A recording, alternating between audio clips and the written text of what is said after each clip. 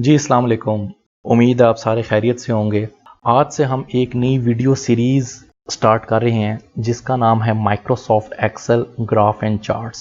ऐसे स्टूडेंट्स जिनको अपने रिज़ल्ट या उनका जो भी डाटा है इन न्यूमेरिकल फॉर्म उनको विजुलाइज करते हुए प्रॉब्लम आती है, तो इस सीरीज़ के बाद उनकी प्रॉब्लम काफ़ी हद तक सॉर्ट आउट हो जाएगी।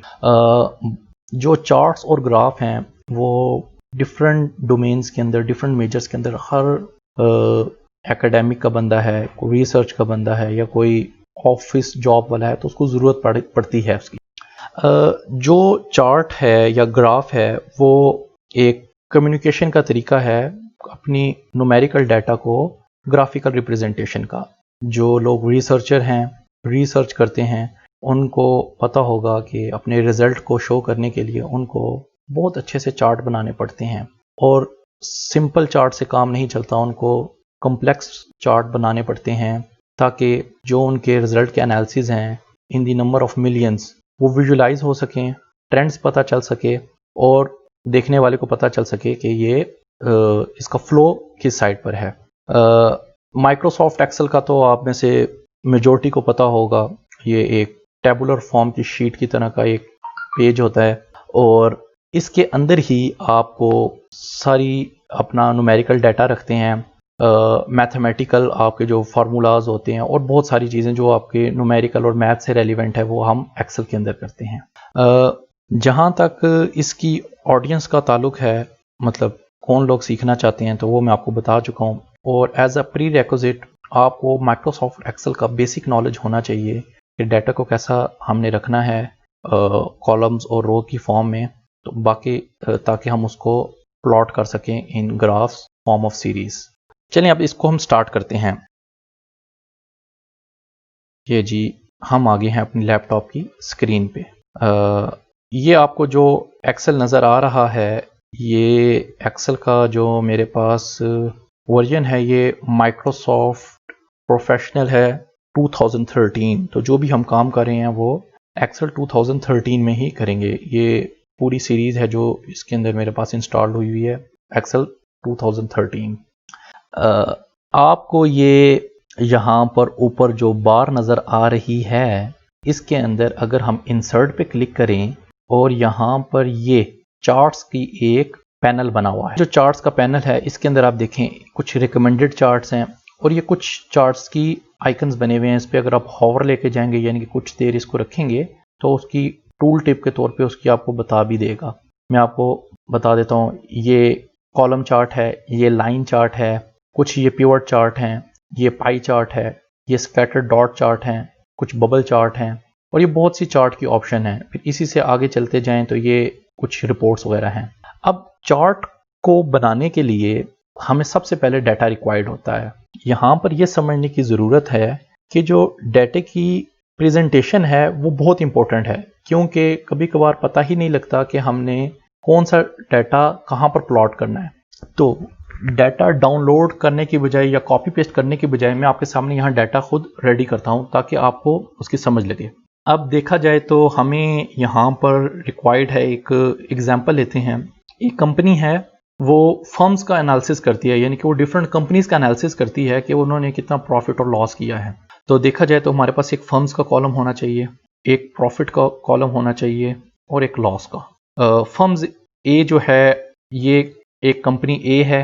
ये डाटा क्रिएट करने से आपको एक फ़ायदा होगा कि आपकी कुछ एक्सेल की स्किल्स भी पॉलिश हो जाएंगी। कंपनी बी है और मैं इसको यहाँ से ड्रैग करके रिप्लेस करूँगा इसी नाम को।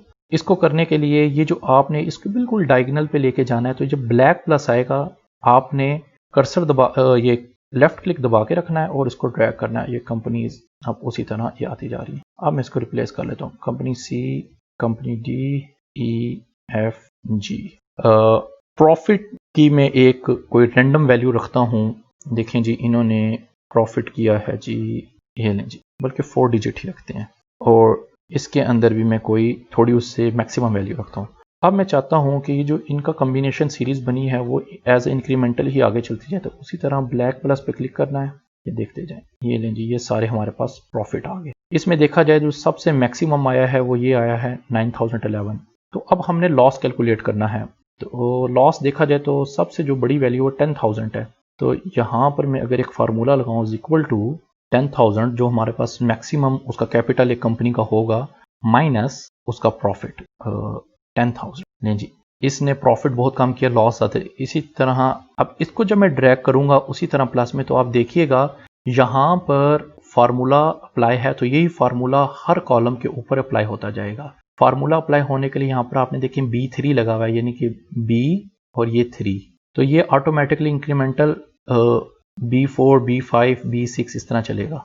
ठीक है जी, ये अब हमारे पास सारी कंपनियों का प्रॉफिट और लॉस और फर्म्स आ गई हैं। अब हम इसको चार्ट बनाने के लिए सबसे सिंपल फर्म से ड्रैग करेंगे और एंड तक इसको ड्रैग करके सिलेक्ट कर लेंगे। अब ये जो सारे चार्ट आ रहे हैं इसके ऊपर हम आहिस्ता आहिस्ता नेक्स्ट वीडियो में बात करेंगे। सबसे पहले देखिए रिकमेंडेड चार्ट क्या है। रिकमेंडेड चार्ट ये हैं कि एक्सेल खुद ही एनालाइज करेगा आपके डाटा को और वो बताएगा कि ये जो डाटा है ये बेस्ट प्लॉट किन सीरीज के अंदर हो सकता है। तो देखिए जी रिकमेंडेड चार्ट हमने क्लिक किया है तो ये रिकमेंडेड बहुत से आ गए हैं। आप चाहें तो यहाँ से ऑल चार्ट देख सकते हैं। हम हर वीडियो में कॉलम, लाइन, पाई, बार, एरिया, ये बहुत से चार्ट सारे डिस्कस करेंगे। अब हम देखते हैं ये जो आपका क्लस्टर्ड कॉलम चार्ट जिसको आप नॉर्मल कॉलम चार्ट कहते हैं, इसको हम किया जी यहाँ से ओके, ये इसका प्रीव्यू आ रहा है। जी ये हमारे पास चार्ट तैयार होके आ गया है। इस साइड के ऊपर ये हमारे पास वाई एक्सिस और एक्स एक्सिस में सारी कंपनीज के नेम हैं। ठीक है जी, सबसे पहले हम यहाँ चार्ट का टाइटल देते हैं। चार्ट का टाइटल हम देते हैं profit vs loss with respect to firms. Comparison लिखना ज़्यादा बेहतर क्योंकि कंपैरिजन है। कंपैरिजन है जी। अब इस चार्ट को ब्यूटीफाई करने के लिए आपने जब इस पर क्लिक किया तो आपको 3 ये आपको एज अ बटन नज़र आ रहे हैं। प्लस वाला जो बटन है ये मोर ऑप्शन के लिए है, सेकंड वाला मोर स्टाइलिंग के लिए, और ये फिल्टर है कि डाटा के अंदर से आपने को फिल्टर अप्लाई करना है। प्लस पे क्लिक करते हैं। ये देखें जी हमारे पास एक जो चार्ट का टाइटल है वो आ रहा है, इसको आप ऑफ भी कर सकते हैं। अगर आप ये चार्ट कहीं माइक्रोसॉफ्ट वर्ड में या अपने किसी लेटेक्स के अंदर यूज़ करना चाह रहे हैं जहाँ पर टाइटल हम खुद देते हैं तो आप यहाँ से टाइटल के बगैर ही लेके जाएंगे। टाइटल आ गया। अब एक्सिस का टाइटल भी हमने देना है। ये लीजिए एक्सिस का टाइटल यहाँ पर हमारे पास जो आ रही है इन डॉलर लिख देते हैं जी, इंक्रीज इन डॉलर। ठीक है, और यहाँ पर हम लिख देते हैं फर्म्स। ये लीजिए, ये जिसको थोड़ा सा श्रिंक हुआ होता तो कंपनीज का नाम नीचे जा रहे थे। अब अगर आप माइक्रोसॉफ्ट वर्ड या एक्सेल यूज़ करते हैं तो जो नॉर्मल फॉर्मेटिंग आपने करनी है वही आप करेंगे। ये मैंने वहाँ से चार्ट का टाइटल जब दोबारा किया था तो ये रिमूव हो गया। Comparison loss vs profit with respect to firms. ये लीजिए, अब देखा जाए तो इनका कलर थोड़ा सा ग्रेड सा है जो कि रिफ्लेक्शन की तरह प्रॉब्लम करेगा। तो आप इस पर क्लिक करें, यहाँ से डायरेक्टली ही आप कर सकते हैं।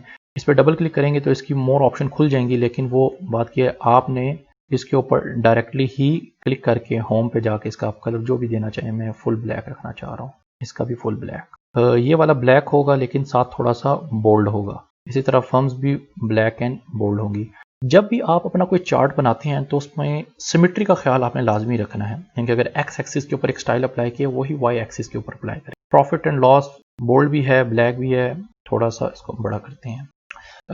टाइटल भी बोल्ड, अंडरलाइन, ब्लैक, अंडरलाइन की आई जरूरत नहीं, इटैलिक की भी जरूरत नहीं जी। चार्ट बन गया। अब माइक्रोसॉफ्ट एक्सेल के अंदर कुछ प्री डिफाइन स्टाइल्स हैं, अगर आप वो अप्लाई करेंगे तो आप चार्ट चेंज कर सकते हैं। मतलब एक मैनुअली डिजाइनिंग है, उस पर भी मैं नहीं जा रहा, अभी आपको मैं इसकी ऑटो प्री डिफाइंड स्टाइल दिखाता हूँ। आपने इस पर क्लिक करना है, ये ऊपर डिजाइन का ऑप्शन आ रहा है, इस पर क्लिक करेंगे। ये सारे इसके प्री डिफाइंड स्टाइल्स हैं इस चार्ट के ऊपर, और अकॉर्डिंग टू डाटा आपने सिर्फ हॉवर लेके जाना है तो ऑटोमेटिकली वो स्टाइल आपको नजर आने लग जाएंगे। इस पर मैं हॉवर लेके गया, ये आपको जो आपके मुताबिक सही लग रहा है, ये ब्लैक बैकग्राउंड में है। इसके ऊपर आप दोबारा क्लिक करें, आप डाटा के लेबल लगा सकते हैं, लेकिन ये आप सिर्फ डाटा लेबल पे क्लिक करें, ये ऊपर आपकी लेबलिंग आ गई है कि हर बार की कौन सी वैल्यू है। जब भी आप अपना चार्ट कहीं डिस्प्ले करते हैं तो वो एक एज अ फिगर जाती है, और अगर आप चाहते हैं कि उस फिगर के साथ आपका ये वाला टेबल जो है ये भी साथ एज अ इमेज ही चला जाए, तो आप डाटा टेबल पे क्लिक कर दें तो नीचे ही इसका एक डाटा का टेबल बना हुआ आ जाए कि किस डाटा पे ये चार्ट बिल्ट हुआ हुआ। ग्रिड लाइंस, इसके जो पीछे बैकग्राउंड में लाइंस आ रही हैं, अगर इसको मैं ऑफ कर दूं तो आप ग्रिड लाइन लगाना चाहते हैं।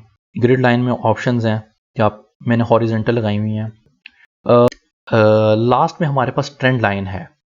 ट्रेंड लाइन हमें इस चार्ट के लिहाज से ये बताएगा कि हमारा ट्रेंड की फ्लो क्या है। अगर तो वो ट्रेंड ऊपर की तरफ जा रहा है, टॉप की तरफ, तो हमारा ट्रेंड बढ़ रहा है। सिंपली जब मैं ट्रेंड पे क्लिक करता हूँ तो ये मुझसे पूछता है कि आप ट्रेंड किस कॉलम पे दिखाना चाह रहे हैं, प्रॉफिट पे या लॉस पे। मेक श्योर रहे ये आपके खाली न्यूमेरिकल डाटा पे ही ट्रेंड लाइन शो करेगा। मैं देखना चाह रहा हूँ प्रॉफिट पे ही।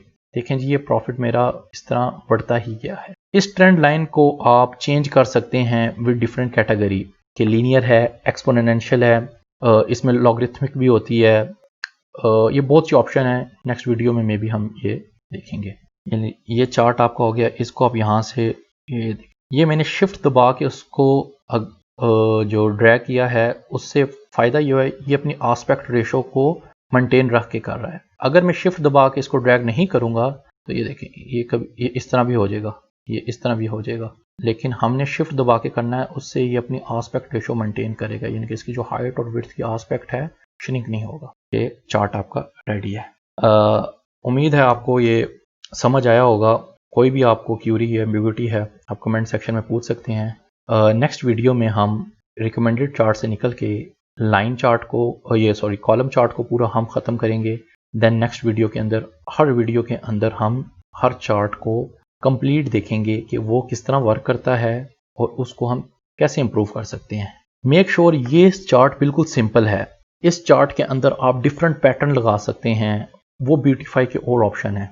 जब हम लाइन चार्ट को कंप्लीट कर लेंगे तो साथ साथ में हर के अंदर आपको डिफरेंट मैनुअल ब्यूटिफिकेशन के आपको तरीके बताऊंगा।